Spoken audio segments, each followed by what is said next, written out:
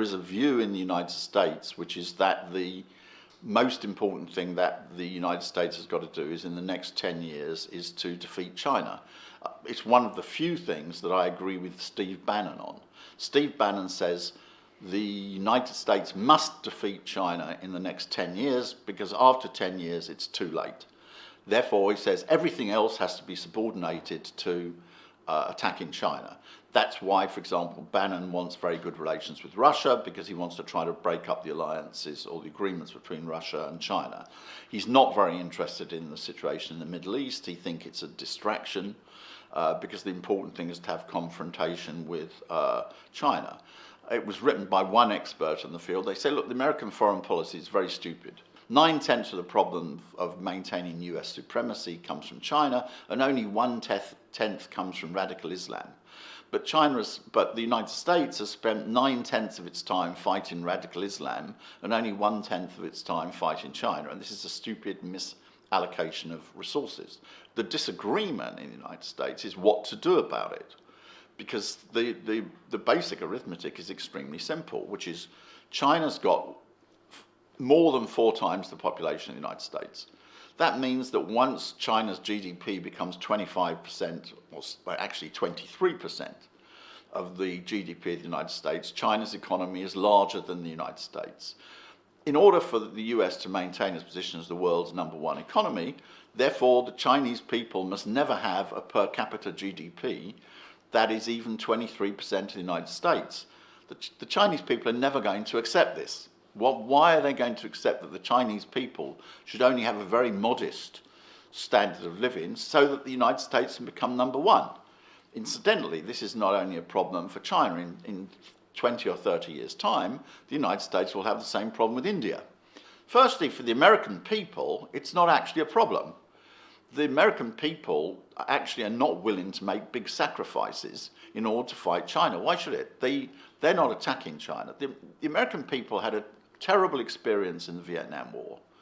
The United States presidents dragged America into a war in Asia in which many thousands of Americans were killed, which had greatly damaging consequences to the economy, and in which the United States had no essential interest. If the American people were willing to make big sacrifices, it would be very easy to confront China.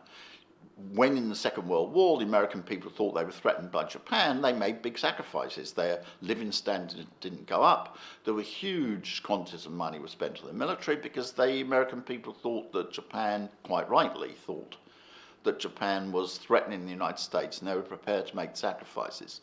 They're not in a mood to make big sacrifices in order to have this type of confrontation with China. Therefore, there are really 2 strategies in the United States for how to confront China.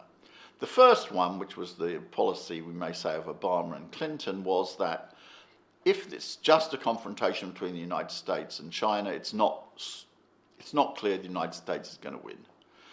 Even from their point of view, they think that the United States will probably lose in such a confrontation. Therefore, they have to form a very big alliance against China.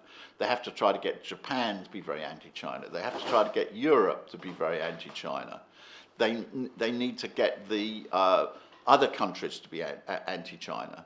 And to do that, they have to make concessions to these other countries. That was why the big project of Obama was the TPP. This was to make compromises with other countries in order to get them to enter an anti-China alliance.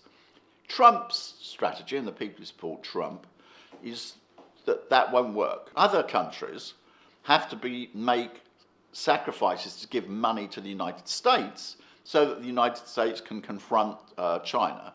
This means, therefore, Germany has to pay more for the military. South Korea has to pay more for the military. There have to be tariffs against Canada or Mexico or Argentina or Brazil. In other words, Trump wants other countries to transfer money to the United States in order to allow the United States to confront China.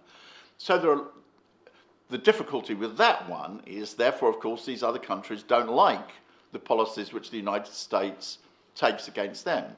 People think that India will easily be drawn into an anti-China alliance. I don't think so. India has got the same military problem. If there is a war between China and India, China is going to win. The Indians know this. Therefore, they need some sort of military help from the United States.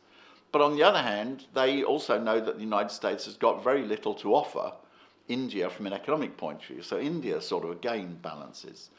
So I would say more likely with the situation with Europe is you're going to have balancing. The big difference, the one exception, unfortunately, is like to be Britain, because the real project of Brexit is that Britain should be totally subordinate to the United States. And that could lead to very anti-China actions being taken by Britain if Brexit goes ahead. The United States is putting big pressure on Britain to block Huawei from participating. If a real Brexit goes ahead, by which I don't just necessarily mean that Britain formally leaves the political structures of the European Union, but it leaves the economic structures, then you could have an real serious anti-China policy in Britain. But I think Europe will, as a whole, that is by which I mean the European Union, will try to continue to balance between the two.